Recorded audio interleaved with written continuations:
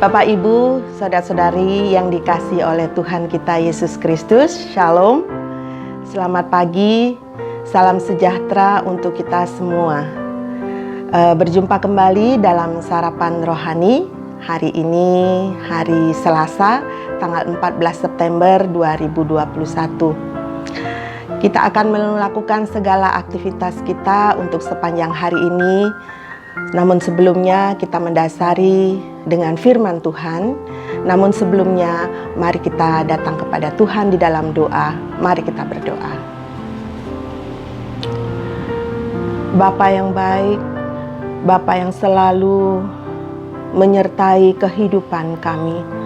Kami datang kepadamu pada pagi hari ini Tuhan dengan penuh ungkapan syukur karena Allah tidak pernah meninggalkan kehidupan kami hari lepas hari. Sehingga pada saat ini Tuhan kami ada sebagai kami ada. Itu semua karena kasih dan penyertaan Tuhan di dalam kehidupan kami. Kami bersyukur Bapa, saat malam hari Engkau izinkan kami untuk beristirahat. Sehingga pada pagi yang indah ini Tuhan, Engkau izinkan kembali kami untuk ada menghirup udara segar yang Engkau berikan kepada kami. Bangun dengan tubuh yang sehat. Terima kasih ya Bapa, Engkau begitu baik di dalam hidup kami. Kami hendak memulai segala aktivitas kami, kehidupan kami, tanggung jawab kami, pelayanan kami untuk sepanjang hari ini. Biarlah Tuhan yang mendasari segala sesuatunya Tuhan, sehingga apa yang kami lakukan berkenan di hadapan-Mu. Kami hendak mendengarkan firman Tuhan.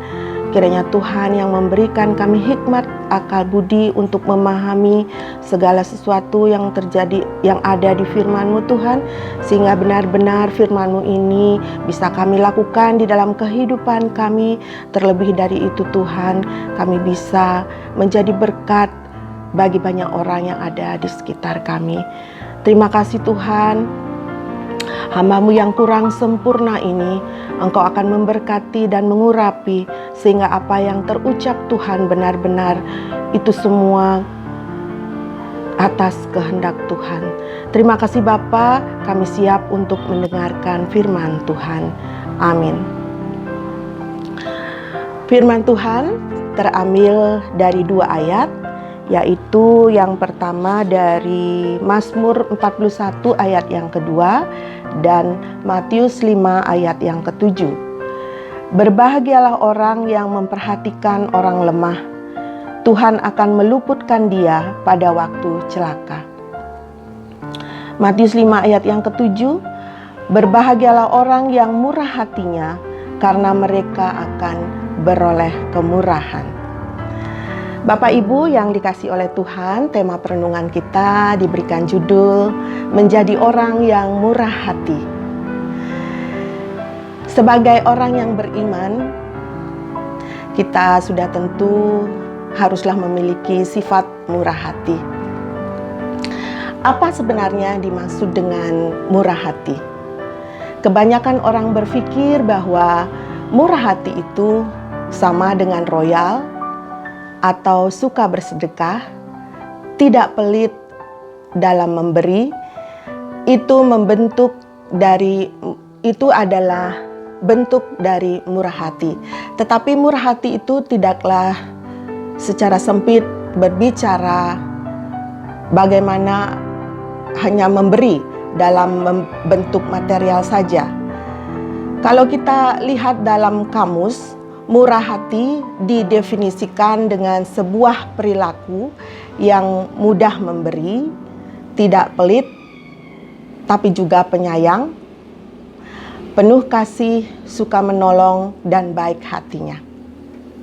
Artinya, sebuah kemurahan hati menyangkut banyak aspek di dalam kehidupan dan dalam interaksi antar manusia.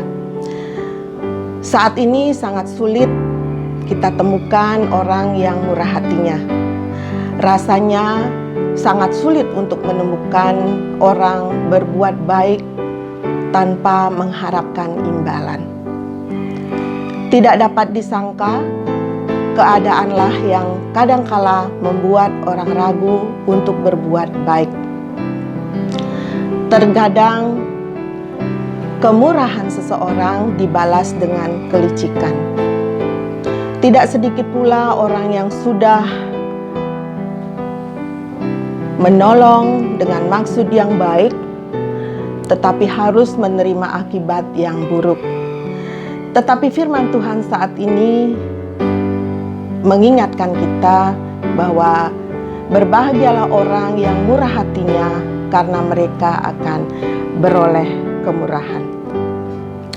Bapak Ibu yang terkasih di dalam Tuhan, mari kita menyimak dua hal terkait dengan murah hati. Murah hati adalah cerminan pribadi Allah. Kita bisa membaca di dalam Alkitab kita, yaitu Lukas 6 ayat yang ke-36. Hendaklah kamu murah hati sama seperti Bapamu adalah murah hati. Kita memiliki Bapa Surgawi yang sangat mengasihi kita. Dia menginginkan kita yang terbaik di dalam kehidupan kita. Dan Dia akan senantiasa menjaga, melindungi dan memberkati kita. Dan tidak pernah kekurangan waktu untuk mendengarkan kita dan mengulurkan bantuannya. Dia tidak akan berhenti mengasihi kita dengan kasih setianya yang tak terbatas. Oleh karena itu, jika kita menyadari bahwa besar dan tak terbatasnya kemurahan hati Tuhan atas kita, sudah seharusnya kita pun mencerminkan sikap hati yang sama dengannya. Cerminan itu harus bisa terlihat atau dirasakan oleh sesama kita, sehingga mereka bisa mengenal pribadi Allah lewat diri kita, anak-anaknya. Orang yang murah hati tidak akan berdiam diri saat ada orang yang ditimpa kesusahan dan membutuhkan bantuan tanpa memandang latar belakangnya. Kita bisa melihat sebuah contoh mengenai orang Samaria yang tentunya tidak asing lagi buat Bapak Ibu semuanya.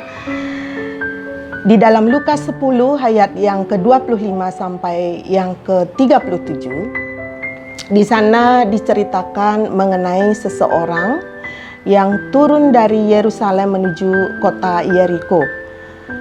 Di dalam perjalanan ia bertemu dengan para perampok yang bukan saja merebut barang-barang bawaannya, tetapi juga menyiksanya. Kemudian tinggallah dia di dalam kondisi yang sangat memprihatinkan, sendirian terkapar di tengah jalan. Kemudian ada imam yang lewat, tetapi sepertinya buru-buru atau mungkin tidak mau terlibat, sehingga ia melewati orang yang sekarat itu dari seberangnya. Lalu ada orang Lewi yang juga melakukan hal yang sama. Orang Lewi berbicara tentang para pelayan Tuhan, orang-orang yang seharusnya menjadi tombak terdepan di dalam penyebaran berita kebenaran, tetapi tetap saja perilakunya sama. Kemudian barulah datang seorang Samaria hadir di sana. Untuk diketahui, bangsa Samaria punya sejarah buruk dengan bangsa Yahudi.